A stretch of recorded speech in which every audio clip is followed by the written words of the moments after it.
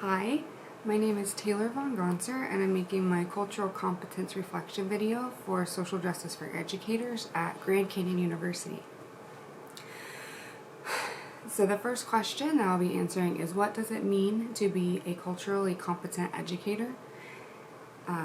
Cultural competence is when one can communicate with people of other cultures and understand where they're coming from. For an educator, this means that they'll advocate for a classroom to be an environment where students are comfortable.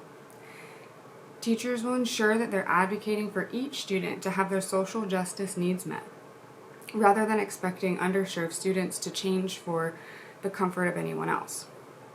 Each culture in the classroom must be accommodated to make sure that they're receiving a quality education. When one student's left out, no one wins. If a teacher cannot work with the different cultures in the classroom, the diverse students cannot be expected to work together either. A lot of this can be resolved by getting to know the students and extending a line of contact between the teacher and the parents of the kids. Taking a step to open a line of communication before there are behavioral issues makes sure that there are more positive interactions than negative ones. I use the same ideology in my personal parenting. If I have a negative interaction with my child that involves a timeout or some other form of discipline, I make sure to build a relationship with them by sitting down and talking afterwards and going on to make positive interactions throughout the rest of the day. I always want to make sure that my kids can come to me when there's an issue, and that can only happen if I listen to them and build positive relationships with them when there are not issues present. I feel this way about my future students as well. I want to learn their identities and embrace the diversity in my classroom so that they're engulfed in an inclusive environment where they feel our community or our communication is mutually understood. Question 2. Where do you see yourself on the cultural competency continuum chart and why? When I look at the cultural competency continuum chart, I feel I most identify with the cultural competence level.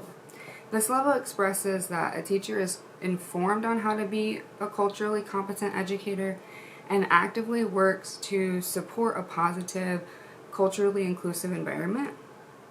However, this tier also expressed that an educator at this level is still actively seeking input from specific poorly served populations. This is where I feel I fit in because I don't have the experience necessary to be truly culturally proficient. In today's world, I understand that many communities are not having their needs met in the current education system.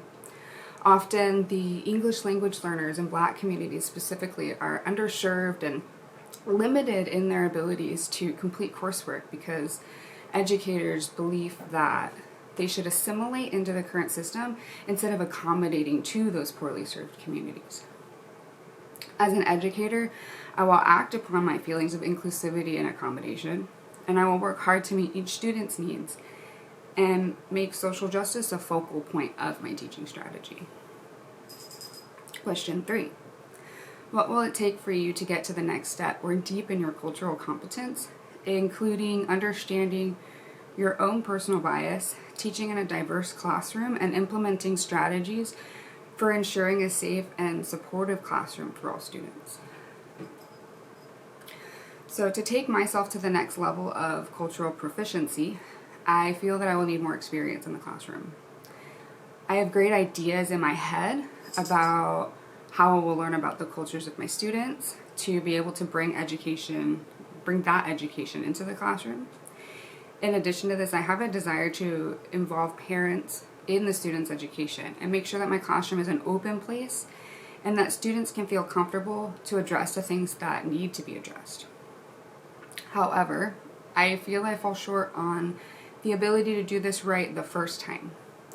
I'm unsure how to follow through with the ideas in my head and will be seeking guidance when I'm working on them to carry out each aspect that I want to include in my classroom. To take myself to the next level, I need to have the ability to be out in the field and following through with implementing my cultural knowledge and adapting myself through self-reflection to fine-tune my intercultural communication skills. Question 4. What are some specific research and reading tools, resources, or training you might use to further your cultural competency as an educator? To further my cultural competency as an educator, I plan to do more research about other cultures. Currently, I live in California, and that's where I plan to teach after I graduate. In my area, there's a large population of students from Mexico, which means when I teach, there will be a lot of English language learners in my classes. I'm learning to speak Spanish because that will help me better serve this underserved population. In addition to learning this other language, I plan to take the CTEL, or California Teacher of English Learners, course and get my CLAD, or Cross-Cultural Language and Academic Development certification. These will provide me with the knowledge necessary to fully serve English language learners, students in my area. In addition to this, I'm a lover of books, and I plan to read more books to broaden my horizon of understanding of being a culturally competent educator, because I find that reading is one way that I remember the information that I take in. So a few books that I plan to read include Building Racial and Cultural Competence in the Classroom by Karen Teal, Susan Little, and Jennifer Obaida. The next book would be For White Folks Who Teach in the Hood and the Rest of Y'all Too, Reality Pedagogy and Urban Education by Christopher Emden. And Cultural Competence, a Primer for Educators by Jerry Diller and Jean Moore. Question 5. What will it look like to have cultural inclusivity in your future classroom? To have cultural inclusivity, to have a culturally inclusive classroom means students need to feel comfortable and build relationships of mutual respect.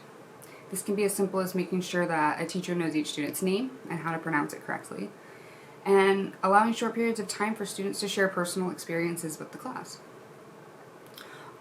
I will also work with the students on tolerance to build intellectual development that is necessary for the students to grow into tolerant, inclusive adults. In addition to this, cultural inclusivity means taking the time to learn diverse ways to explain each concept that's being taught to the class. One student is not going to learn in the same way as another, and it's important to meet student needs by anticipating this ahead of time and learning different ways to explain each concept to meet that need as it arises.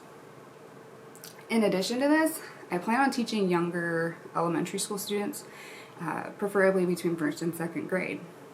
For this grade level, it's common for teachers to read to students each week. When I do this, I will be sure to include books for the class that have diverse cultures incorporated in them so that everyone feels included in the education that they receive. Question 6. How will you ensure you are respecting students as individuals with different personal backgrounds and various skills, abilities, perspectives, talents, and interests that do not align with your spiritual beliefs and moral values? So, in my personal beliefs, loving another person is the most important value to uphold.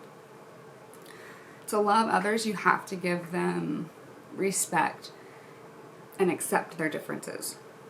My classroom will have clearly laid out rules for the safety of others, but this will also help protect students from discrimination, as well as make sure they develop relationships with mutual respect and work to support kindness and compassion for one another. I think it's important for students to share who they are and build meaningful relationships.